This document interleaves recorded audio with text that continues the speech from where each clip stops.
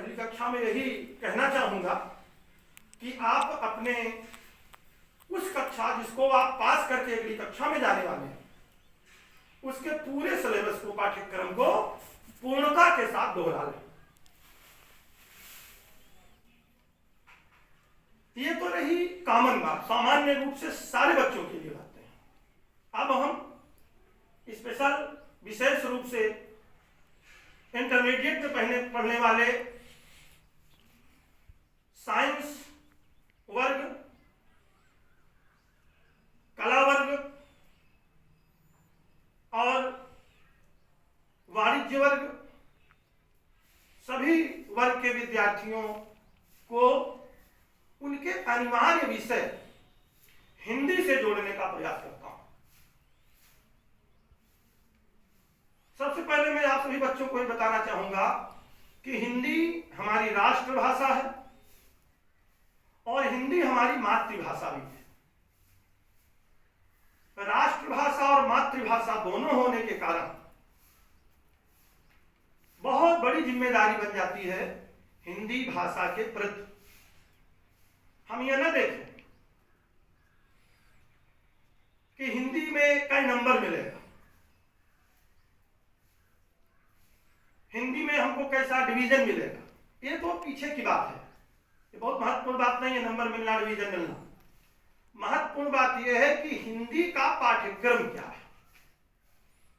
संपूर्ण हिंदी का पाठ्यक्रम हमें मालूम होना चाहिए और फिर पूरे पाठ्यक्रम का बारीकी से अध्ययन होना चाहिए। हम एक बार आपको संपूर्ण पाठ्यक्रम की ओर ध्यान कराएं। देखिए, हिंदी साहित्यिक हो या सामान्य हो, उसमें ज्यादा अंतर नहीं। हिंदी में मुख्य रूप से जो विभाजन होता है वो होता है हिंदी गद्य का, हिंदी पद्य काव्य का, अनिवार्य संस्कृत का, संस्कृत व्याकरण और सामान्य हिंदी व्याकरण। इसके साथ साथ 3 ग्रंथ और हैं, उसको विधा कह लें ग्रंथ की जगह, जैसे नाटक, जैसे खंडकाव्य और कहानियां। नाटक, खंडकाव्य और कहानी, ये इंटरमीडिएट हिंदी का संपूर्ण पाठ्यक्रम है।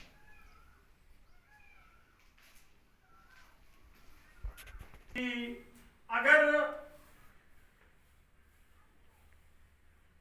हिंदी भाषा को हम बांटें वर्गों में, तो ये एक वर्ग हो जाता है गद्य खंड का और ये दूसरा वर्ग हो जाता है काव्य या पद्य खंड का और ये तीसरा वर्ग हो जाता है कहानी का और ये चौथा वर्ग हो जाता है नाटक का और ये 5वां वर्ग हो जाता है खंडकाव्य का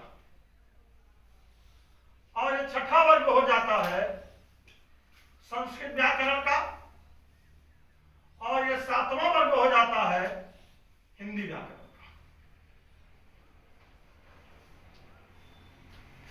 ये मुख्य रूप से 7 वर्गों में हम हिंदी के संपूर्ण पाठ्यक्रम को बांट सकते हैं।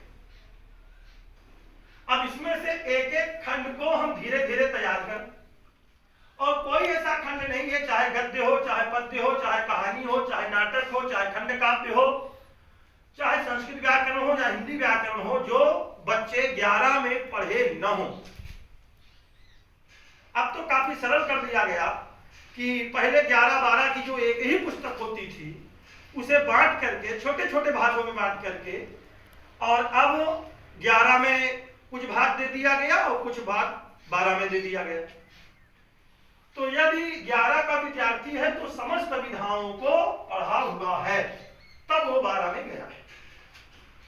अगर मार्केट में आपको पुस्तक मिल रही है तो जरूर ले लें। अगर आसपास कोई आपका परिचित विद्यार्थी 12 पास हुआ है या 12 की परीक्षा दिया है, उसके पास है पुस्तक, तो उससे ले लें। भले ही वो फटी पुरानी किताब है, लेकिन आपके लिए एक सहायक बनेगी। और जब तक आपको नई पुस्तक नहीं मिल जाती है, तब तक आप उस पुस्तक से अध्ययन करते रहें। अगर वो भी नहीं मिल रही तो मैं जो बता रहा हूं, इसके आधार पर आप, जो आपके पास पुस्तक है 11 की, उसके आधार पर आप पढ़ाई अपनी मेंटेन कर सकते हो। इसमें सबसे पहले पढ़ाई होती है गद्य खंड और पद्य खंड के इतिहास की। तो इतिहास में आप जानते हो, 9 में पढ़े हो, 10 में पढ़े हो, 11 में पढ़े हो, 12 में कोई अलग इतिहास नहीं, केवल थोड़ा सा सीमा का विभाजन, इसी को हम कह दें कि नया और पुराना। तो हम इतिहास में पढ़ते क्या है? इतिहास में सबसे पहले हम कालखंड को जानते हैं। जैसे गद्य साहित्य का इतिहास, उसमें कितने कालखंड हैं?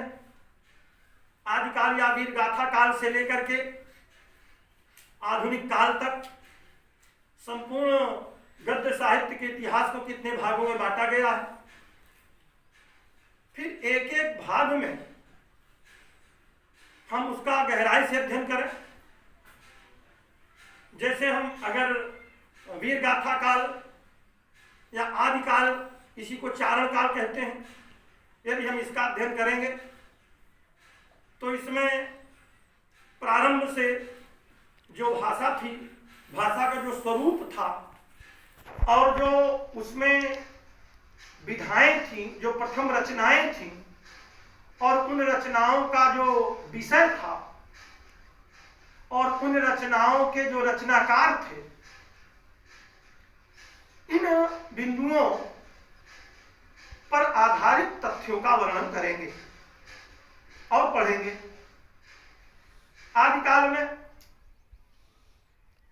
निश्चित रूप में उसकी विशेषता यह थी कि आदिकाल में केवल युद्धों का सजीव वर्णन होता था। राजा महाराजाओं के दरबार में जो दरबारी कवि रहते थे, वो उनकी हौसला अफजाई के लिए वीर रस प्रधान कविताएं किया करते थे, जिन कविताओं को सुनकर के उनके अंदर ओज और उत्साह का संचार होता था।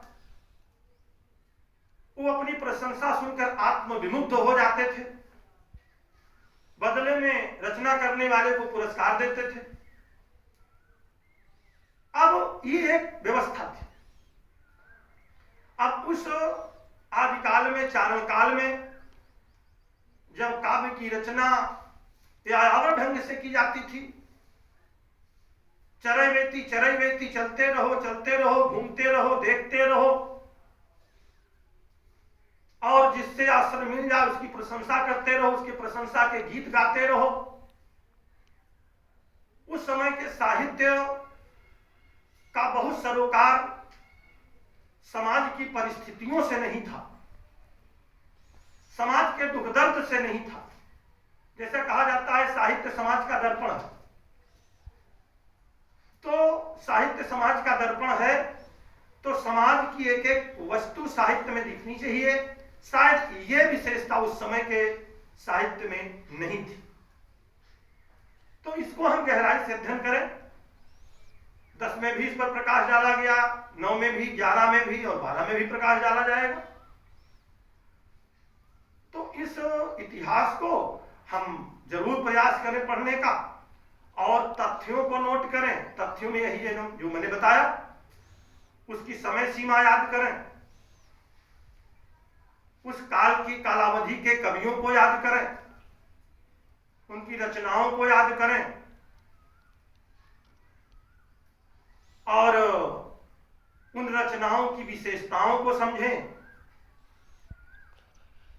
रचनाओं का जो वर्ण विषय है उस पर चिंतन करें, और उस कालावधि और रचनाकारों की दृष्टि से जो विशेषता है, 1, 2 या 3, उसको भी हम याद करें, समझें।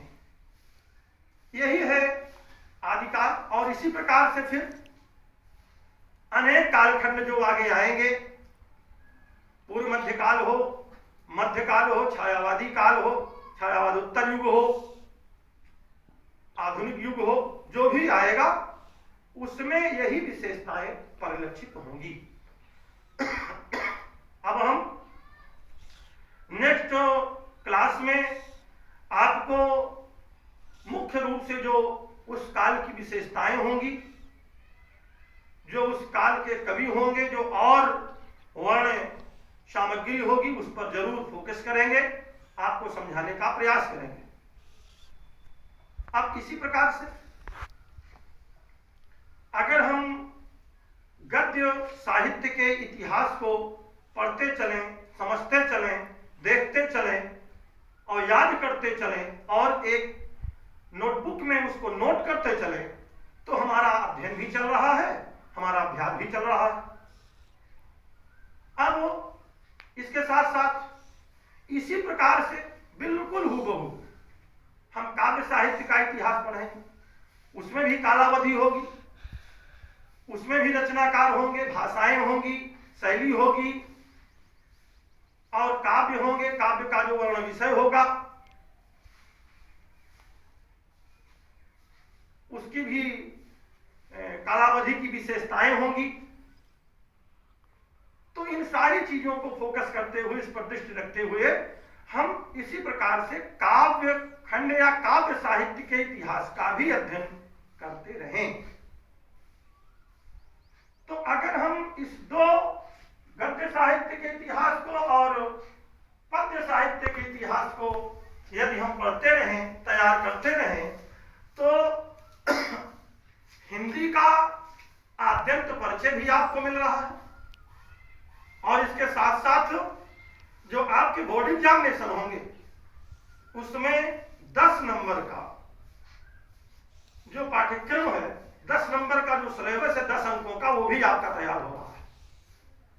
100 अंक में 10 अंक आप तैयार कर रहे हैं, अब केवल 90 बचेगा। आने वाले समय में हम इस 10 नंबर पर आपको और फोकस करेंगे, आप और बात आपको गहराई से समझाएंगे और फिर इस 10 नंबर के बाद अगले 10 नंबर की व्यवस्था फिर आपको समझाएंगे, फिर बताएंगे। और तब तक मैं आप लोगों से यही चाहूंगा कि सोशल डिस्टेंसिंग को बनाते हुए और अपने चेहरे पर ये चेहरे को ढकने के लिए मास्क लगाते हुए आप कार्य करें और घर पर जरूर समय निकाल करके अध्ययन करें। जैसे मैंने बताया कि इसी तरीके से अभी तमाम विषय विशेषज्ञ अध्यापक जो इस विद्यालय में अध्यापन कार्य कराते हैं, सभी विषयों के, विज्ञान के, गणित के, अंग्रेजी के, इतिहास के, भूगोल के, तमाम अध्यापकों की स्पीच, उनका व्याख्यान आपको वीडियो के माध्यम से पढ़ने के लिए, सुनने के लिए प्राप्त होगा। कल पुनः 10 बजे से, वैसे मैंने 9 बजे से समय निर्धारित किया है, 9 से 11, लेकिन आने में कभी कभी विलंब हो जाता है, तो 9 बजे से 11 बजे के बीच में कल पुनः आपको गणित, बहुत ही विशेषज्ञ गणित के अध्यापक के द्वारा इंटरमीडिएट की आपको वीडियो प्राप्त होगा, पढ़ाई प्राप्त होगी। तो मैं बच्चों से चाहूंगा कि प्रतिदिन आपको 9 बजे से लेकर के 11 बजे के बीच में लाइव भी या ऐसे भी फेसबुक पर, व्हाट्सएप ग्रुप पर वीडियो मिलेंगे, उसे जरूर शेयर करें, उसे जरूर पढ़ें और आपको धीरे धीरे मैं ग्रुप से जोड़ूंगा। उस ग्रुप पर आपको अपने अध्यापकों से या उनके फोन नंबर पर उनसे क्वेश्चन भी कर सकते हैं, आपके हर प्रश्न का समाधान किया जाएगा। तो इसी के साथ मैं अपनी बात को समाप्त करता हूं। That's all, very good.